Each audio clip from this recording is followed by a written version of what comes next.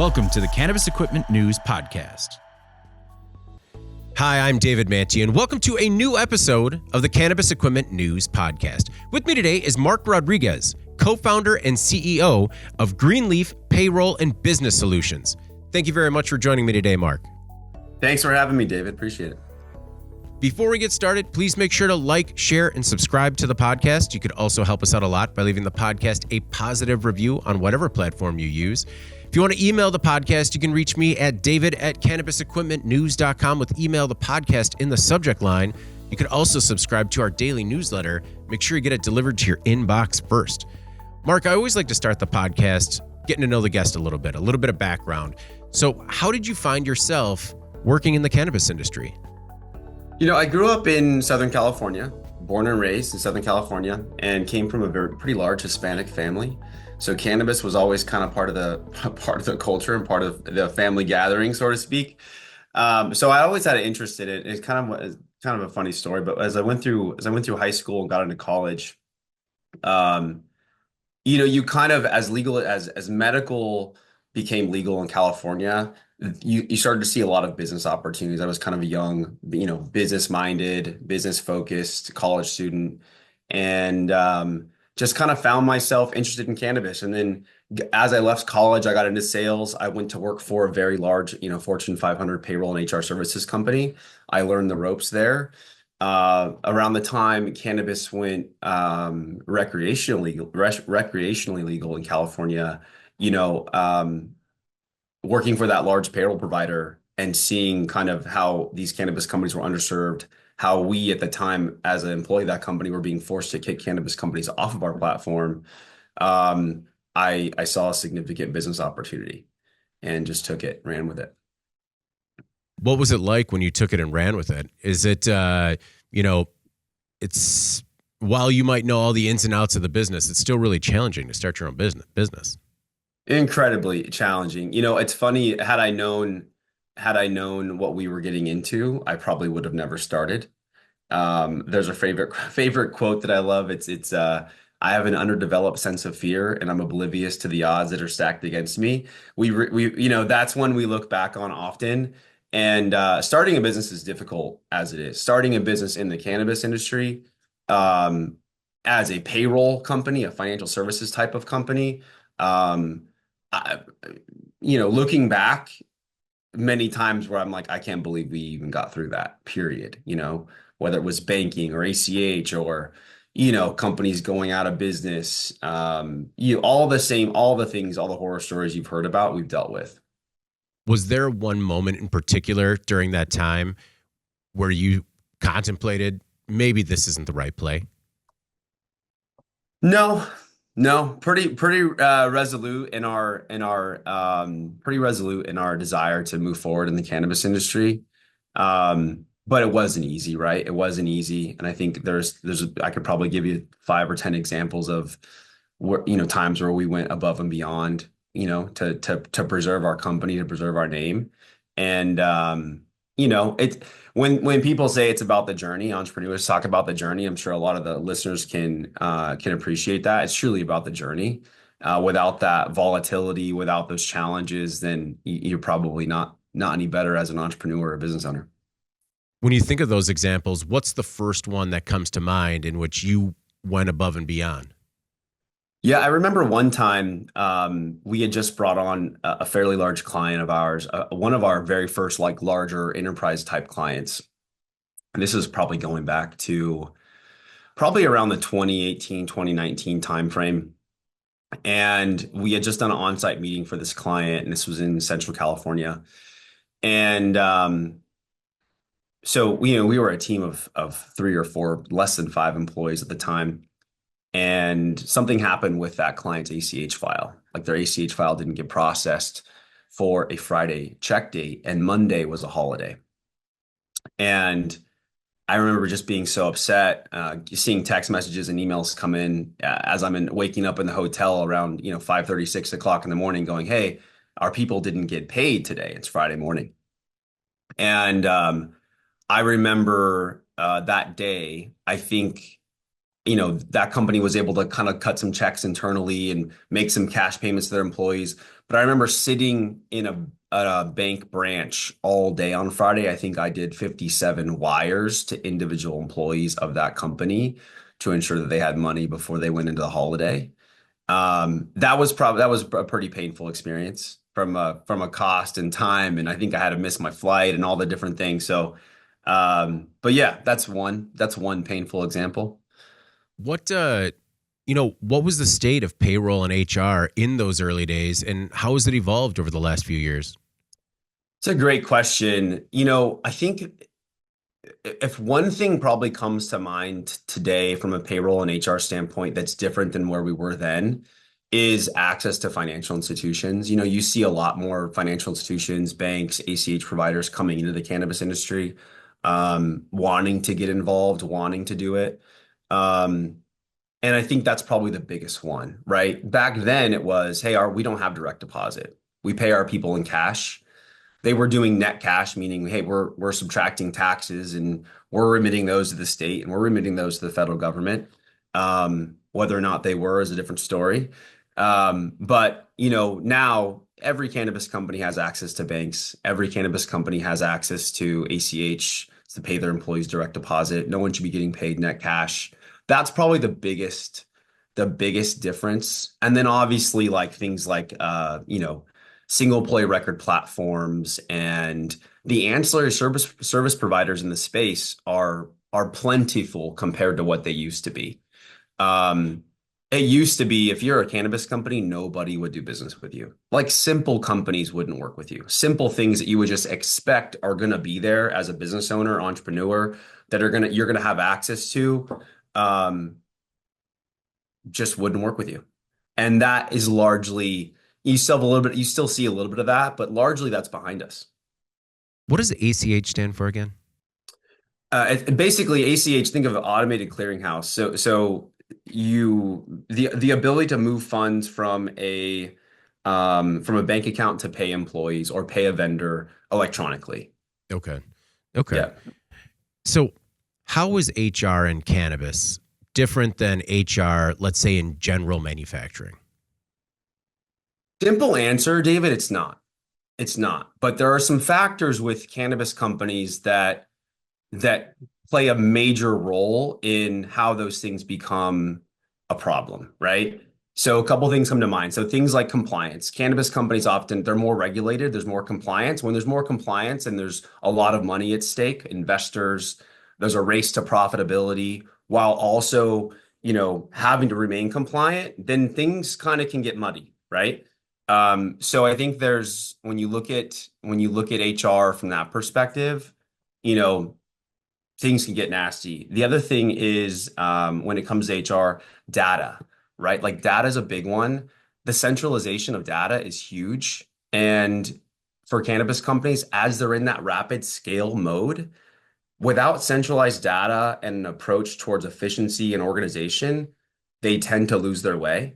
You'll see a lot more turnover on the administrative end of cannabis businesses that deal with payroll and HR, the people that are dealing with payroll and HR.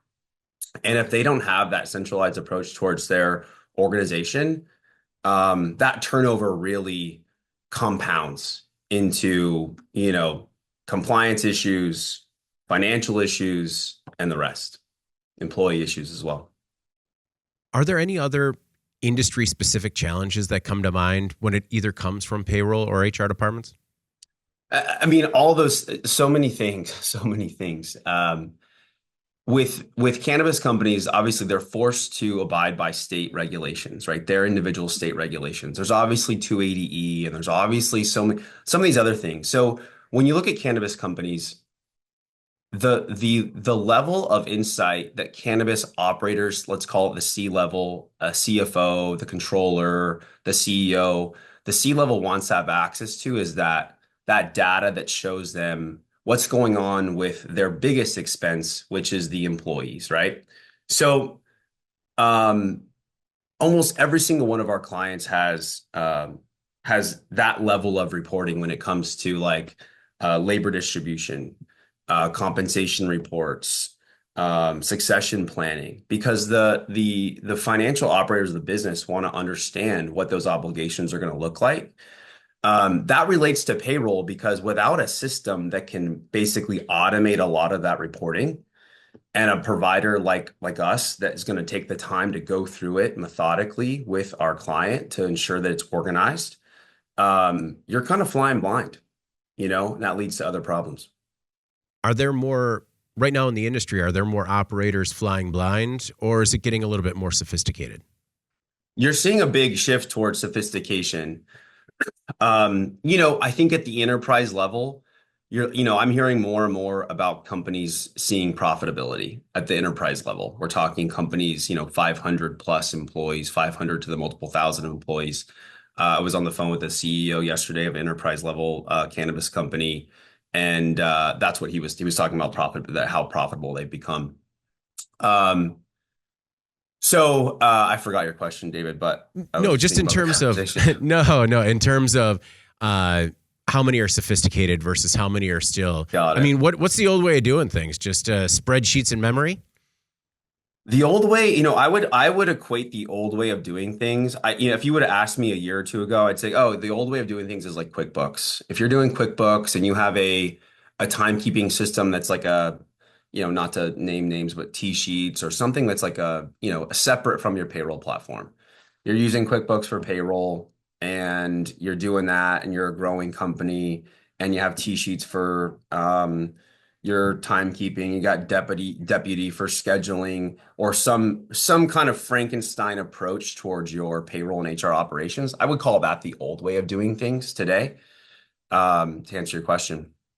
So, at what stage are people turning to a service provider like Greenleaf? Is it because they're in over their heads? Is it when they're just, a smarter operator kind of setting up shop? Or at what point do people turn and ask for your help? All the above. All the above. I think smart business owners, smart operators, experienced operators, they turn to companies like us pretty like very early on.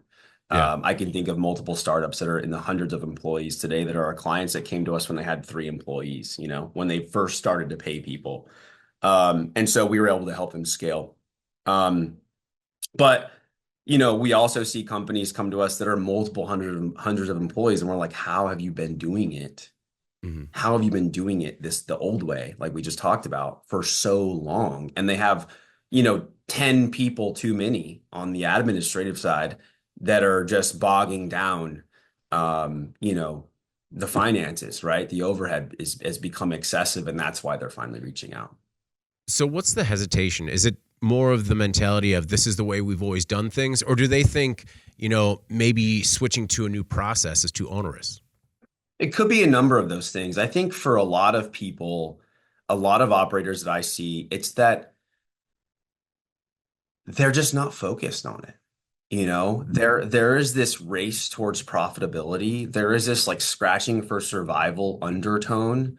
And there has been for a long time. It's still largely there with cannabis companies fighting 280E, fighting the dip in price per pound, let's call it, right? New stores coming on in emerging markets, getting into profit. So when you have a company that's focused on, survival, they're not really focused on, let's implement a new payroll and HRIS platform. You know what I mean? So, to answer to answers your question.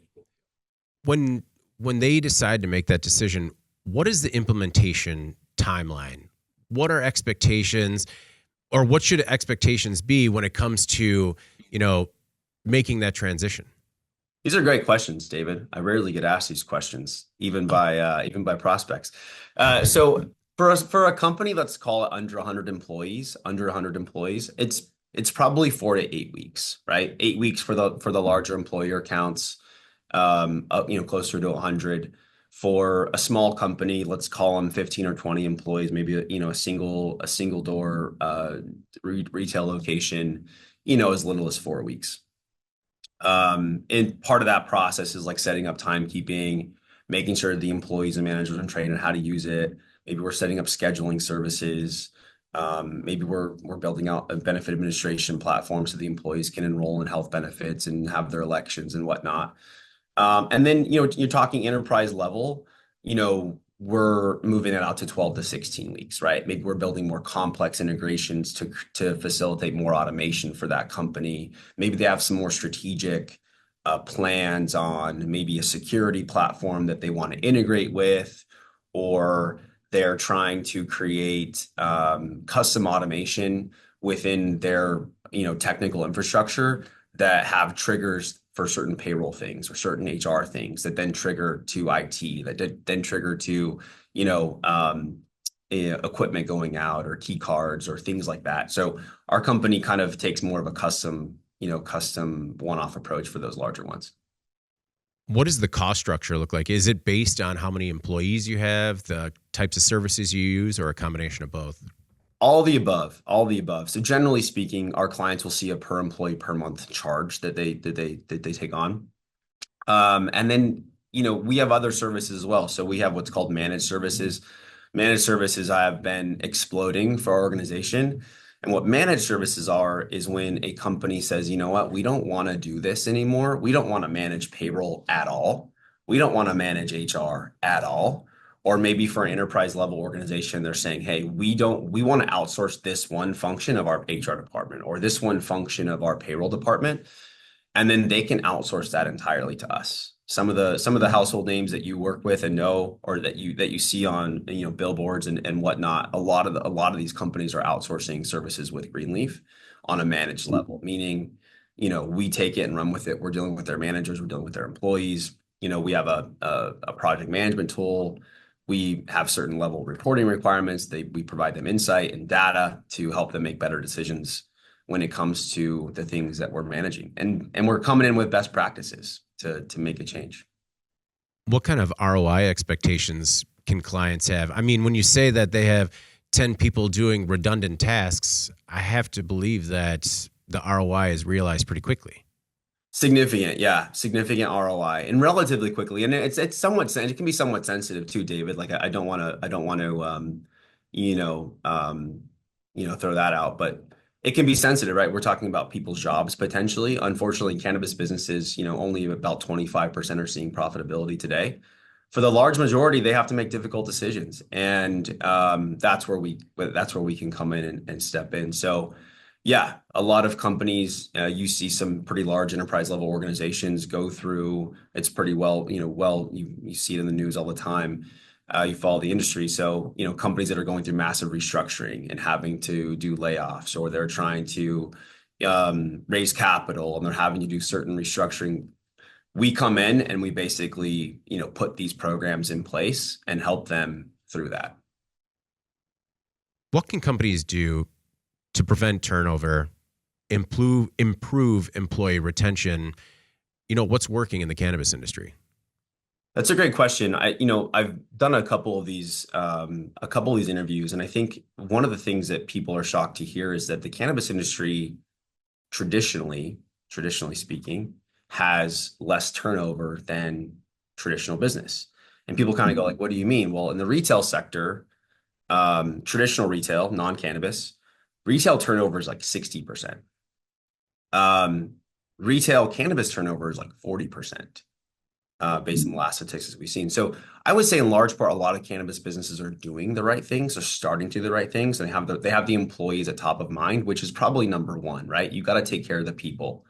Number two is you want to have a platform where the employees feel connected to the administrative kind of arm of the organization, right? If I have a payroll issue that, let's say I feel like I didn't have a day of my hours put on my paycheck, and I maybe send an email or I, call the administrative end of the company that I'm working for, and it takes 4, 5, 6, 10 days for that company to get back to me and alleviate my concern or correct the error, and maybe it doesn't happen on my next paycheck, it goes another paycheck. Like, these are the kinds of things that employees today just don't have any patience for. And when you move to a single employee record platform like what we have at Greenleaf, where all of this stuff is contained in one environment, where the employee and the administrator have full visibility, access to make these changes, to fix issues quickly and efficiently, you're you're you're already, you're already head and shoulders above the competition. I guess when you were talking about, being able to take on the role of those 10 employees, I guess that was those were my rose colored glasses, thinking about the skills challenges that we have in the industry and being able to maybe repurpose those people into different roles. Absolutely, absolutely. And that happens a lot. That happens a lot. Or those people have they've taken on a massive burden, and maybe they're doing the job of two or three people. Mm-hmm. So they're able to right size their workload. So what's going to have a bigger impact on a company? A really good HR department or a really bad HR department? Well, I think a really good HR department is always going to beat out a really bad HR department, for obvious reasons, but a little bit of a trick question. Your HR department can make or break you. I think that there's levels, right? There's levels to HR, David. And a lot of companies are struggling today with a lot of the tactical things, like the blocking and tackling, right? We're talking about some of those requests, like I talked about, the employee payroll issues, or maybe an HR issue, or hey, what's the policy on this, or my accrual doesn't match the time away policy that's in the handbook, or these little things, if not resolved, can be massive problems, and that's the HR and payroll team's job to take care.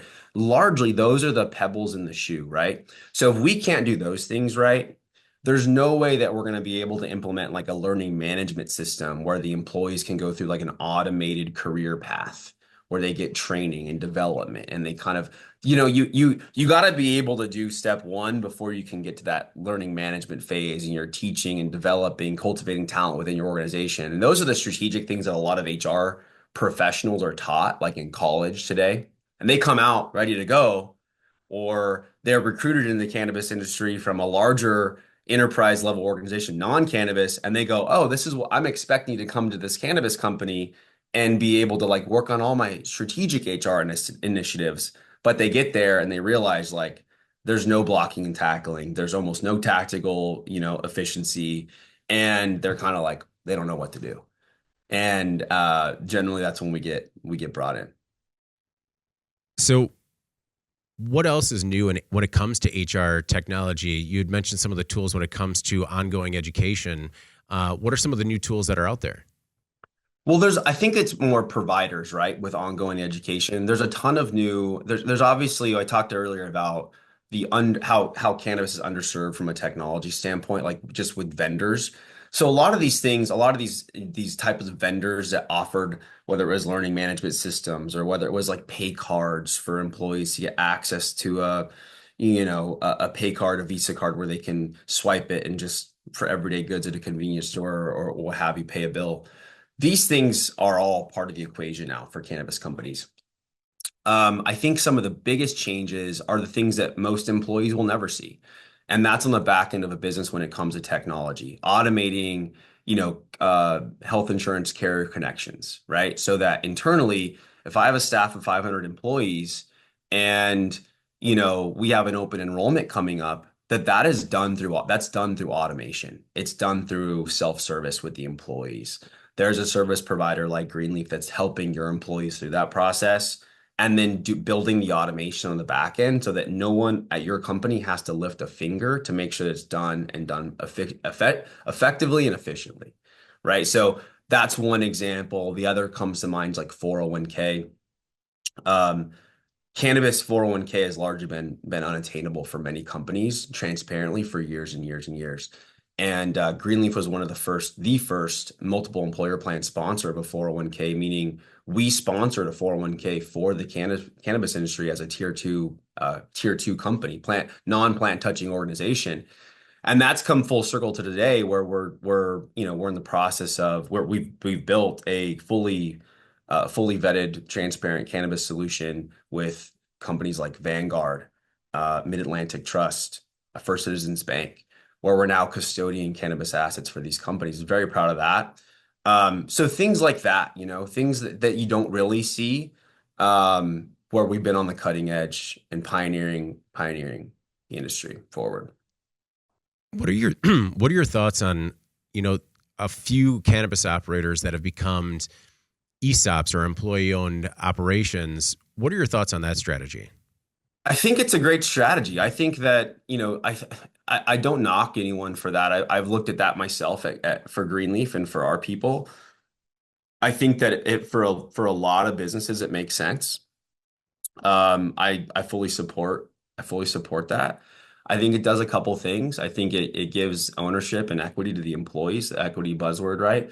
But truly, it does give equity to the employees. I think the other thing too is that one of the biggest fears, it's not talked about often, but one of the biggest fears of cannabis operators, larger cannabis operators, and a lot of smaller to mid-size operators is threat of unionization, right? And an ESOP, I think, curtails that unionization discussion significantly. So if they're in a position to be able to do an ESOP, to me, that would say that business is in control. They're in control of their finances. They're in control of their future. They're not beholden to some private equity or venture capital group that's going to kind of come in and make wild changes. Is equity a buzzword right now that is getting thrown around a little loosely? Well, we talk about equity in everything. You use the buzzwords in society today, but equity, in my opinion, needs to be earned, right? So, if employees are putting in the time and effort to, better the company, then why not? Okay. When it comes to cannabis operators, are there any gaps in the marketplace right now? Anything that's being underserved where some of your clients are asking for new tools or alternatives that kind of just don't exist right now? That's a great question. That's a great question. 401k was one for a really long time. Um, I think, there's always new providers coming on. Um, that's a tough one, David. That's a really tough one. Okay. Nothing comes to mind, but maybe as we talk, I'll think about it some more. As you see new providers come online, you know, how often are they passing the sniff test for you? Rarely, rarely, Yeah. rarely. One of the things that we talk about at Greenleaf often with our clients and with our prospects, and just I talk about in general, is that this industry is nuanced, right? Like I started the conversation by saying that HR and payroll is not much different than traditional businesses. It's not. It's not much different than the cannabis industry. There's some nuances though. But the factors of like the compliance, the cash flow, the data, the automation, those things there's a different pace in cannabis. There's a different pace. So, traditional businesses, I think of them as kind of like, my grandma's Lincoln, just cruising down the highway at 55, pretty safe. We know what we got. We're not gonna, we're not speeding. We're doing good. We got this nice air ride suspension. And cannabis businesses are, they're driving down the highway like a Ferrari at 180 miles an hour, but they're in like an old pickup truck that they can barely keep the wheels on the thing. And that's that causes some problems for service providers that like us that are, or some of these new ones that have come in, they don't understand some of those nuances and they just get run over. And then ultimately, months down the road or a year or two down the road, that company says, "Hey, we're not doing this anymore." And then everyone that chose that provider is kind of going, "Well, we got to start over somewhere else." We've seen that happen a number of times. When it when it comes to expectations for HR and payroll departments, what are some of the generational differences that you see in employees? Generational differences that I see in employees. The So does loaded the one. Gen Z? Yeah, Okay. yeah, yeah, yeah. So, if you were to maybe to sample, if you were to sample, it's interesting. It's a very loaded question, David. But if you were to sample probably my workforce, the Greenleaf workforce, and say, ask them the same question, I think they would say this. I think they would say that the Gen Z workforce they can be easily motivated. They want to be part of something larger than themselves. And that's almost what they need. Or they need that. They need to feel that like they're part of something bigger, or they won't really spend much time working at that organization. Where, your Gen Xers, and the others are more like, as long as I'm getting paid, you're doing what you're saying, you do what you say you're going to do. I don't mind working extra hours. I don't mind doing this. I don't mind doing that as long as we're fair, right? They don't have to have the warm and fuzzies, I think, as much as the Gen Z generation. And I think that the Gen Z generation has just come to expect that every company has a certain level of tech. There's like a technology expectation that companies operate a certain way. And when companies don't work that way, the back end of the company, like when we talk about payroll and HR or having an app where I can see my pay stubs and different things like that, if they don't have that, I think you're losing that generation. You're losing that end of your workforce opportunity by not, playing ball. What are your thoughts on efforts to, I guess, quote unquote, gamify HR and payroll?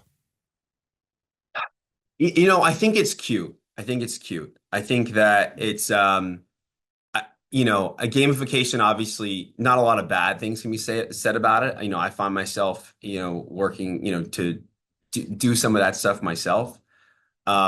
Ultimately, though, I think that what employers are trying to do with gamification is they're trying to drive engagement, right? Mm. And it's another way of an HR department that they're turning those tactical things into more strategic initiatives, right? So gamification is good if it's paired with an HR department or a technology that is doing those other strategic initiatives, whether it be development, career advancement, succession planning, right? So maybe it's just one of the levers that these HR departments are pulling today. Do I think it's here to stay? Nah, I don't know. We'll see.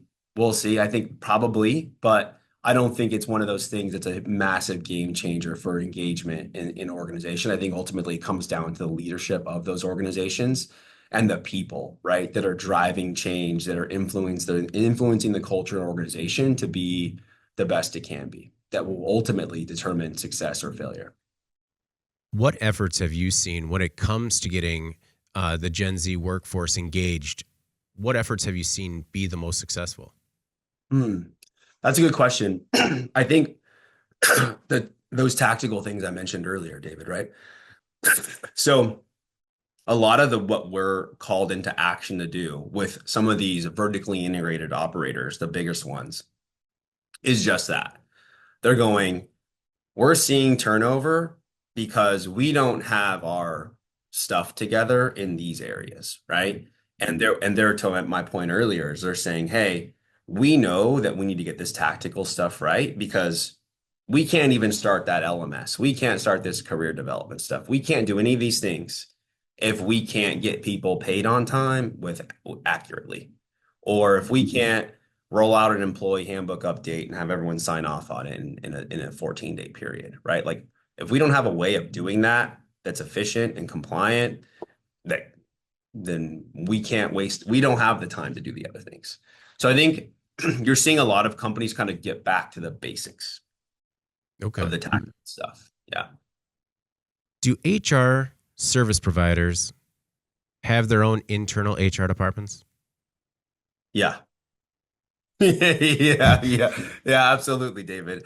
Absolutely. We have all the same problems that everyone else does. Yeah. We have all the same problems everyone else does. It's probably more of a chess game though, because there's a lot of, we're an HR company, we're a payroll company, so our people know the ins and outs, they know everything. But yeah, absolutely, 100%.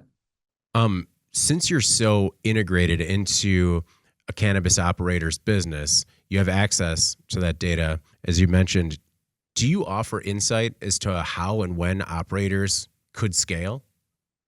Yeah, so what we try to do internally is we have a number of reports that we have access to, and we do target marketing based on some of the key metrics that we see, whether it be, an increase or decrease in employee count, whether we see an increase or decrease in unemployment rate.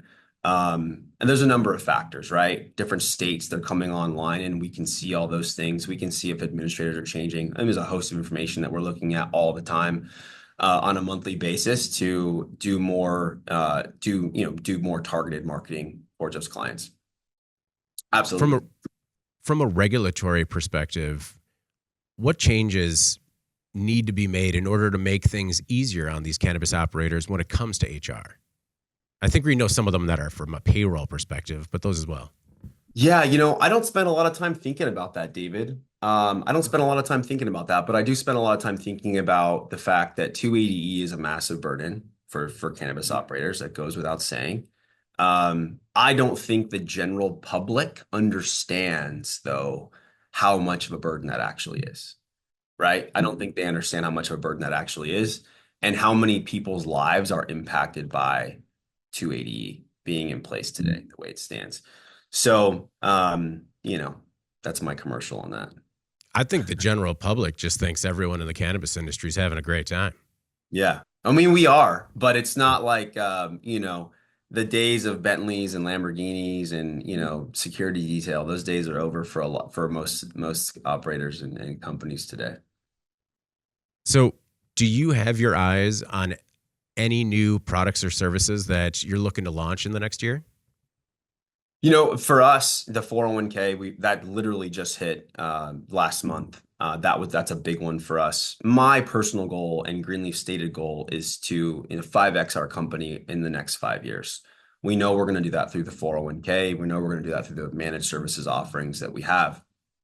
I think ultimately for us, a lot of that back end technology integration automation we talked about, we know that's going to be key to growth, right? So we're going to be focusing on a lot of the areas that you don't see today, right? A lot of the areas that the administrators and the C levels of our clients, they'll appreciate, and that's why we have such a high retention rate. It's why we work with the most trusted names in the cannabis industry, is because we're always working in those areas to make our clients more efficient, to put money back in their pockets.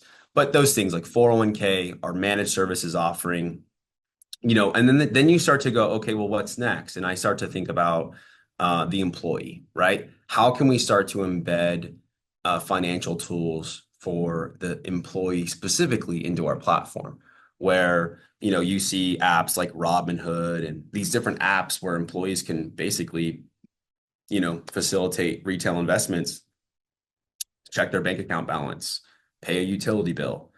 Those type of things become really interesting for the employee level. And, that's kind of where my mind goes. With expectations of, 5x growth, how do you protect your company from some of the common pitfalls that other operators have run into when it comes to scaling too fast? Yeah, I think that, for us, specifically for us, we have a great leadership team. The leaders at Greenleaf are tremendous. We're really conscious about developing and cultivating new leaders. We have a leadership and training program that I facilitate biweekly. And I think we have about 11 people in that leadership and training program today. We have 9 department managers, multiple vice presidents.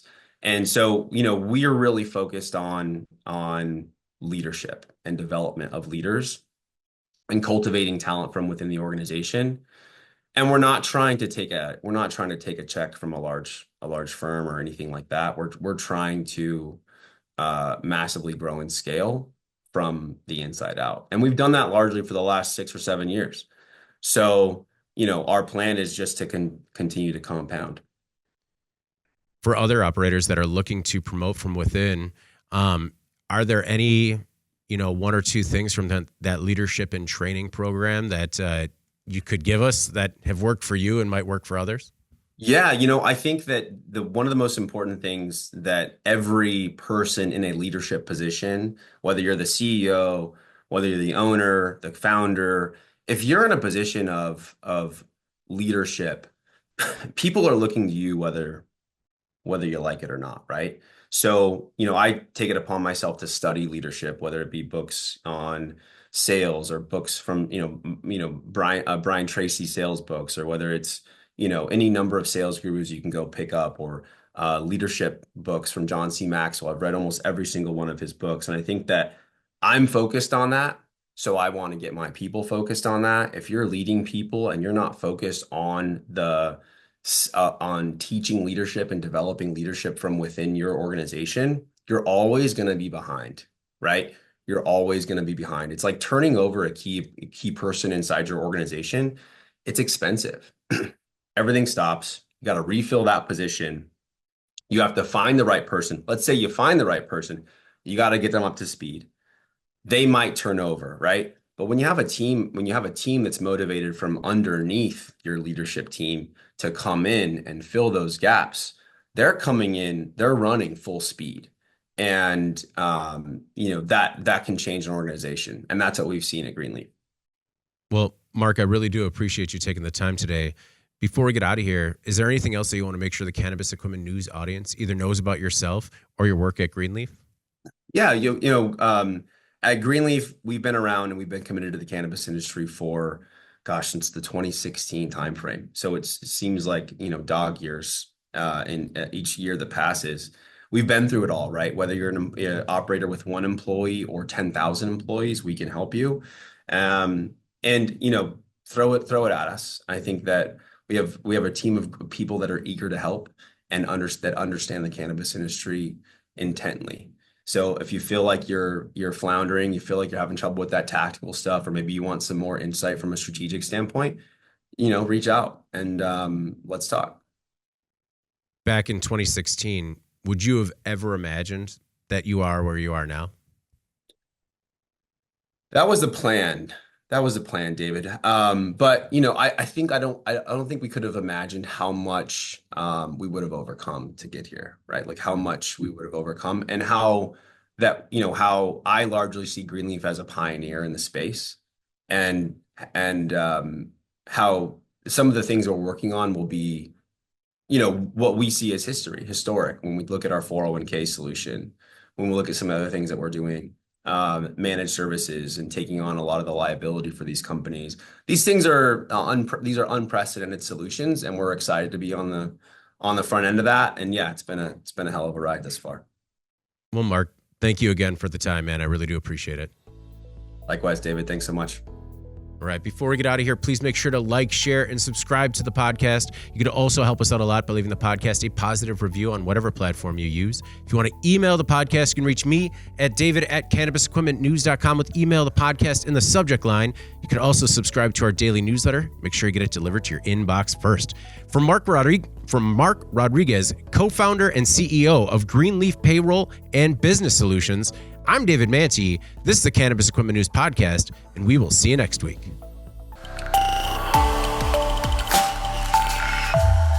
Welcome to the Cannabis Equipment News Podcast.